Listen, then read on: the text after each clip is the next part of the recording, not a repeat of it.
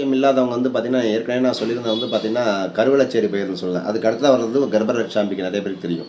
ஆனா, அங்க நிறைய பேருக்கு என்ன பண்ணணுங்கிறது நிறைய பேருக்கு தெரிய மாட்டேங்குது. அதாவது இந்த கர்ப்பரட்சாம்பிகை கோயில்ல வந்து பார்த்திங்கன்னா, புத்திர பாக்கியம் இல்லாதவர் இத்தல அம்பிகையை வந்து தரிசனம் பண்ணி, அம்பிகையினுடைய பாதத்தில வச்சு மந்திரிச்சு கொடுக்கக்கூடிய நெய்யை வந்து 48 நாட்கள் வந்து இரவில் வந்து சாப்பிட்டுட்டே வந்தோம் அப்படின்னா, கண்டிப்பாக அந்த பெண்ணானவள் கருத்தரிக்கின்றாள்.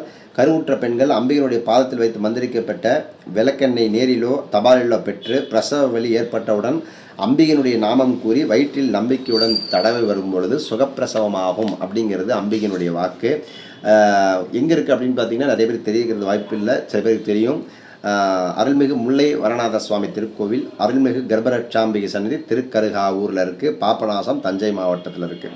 ஸோ அதனால் நீங்கள் இந்த மருந்து வாங்கணும் அப்படின்னா அங்கே போய் அர்ச்சகர்கிட்ட சொன்னீங்க அப்படின்னா கண்டிப்பாக அர்ச்சித்து மந்திரிச்சு கொடுப்பாங்க. அந்த நெய்யை வாங்கிட்டு வந்து சாப்பிடுங்க தொடர்ந்து 48 நாளைக்கு.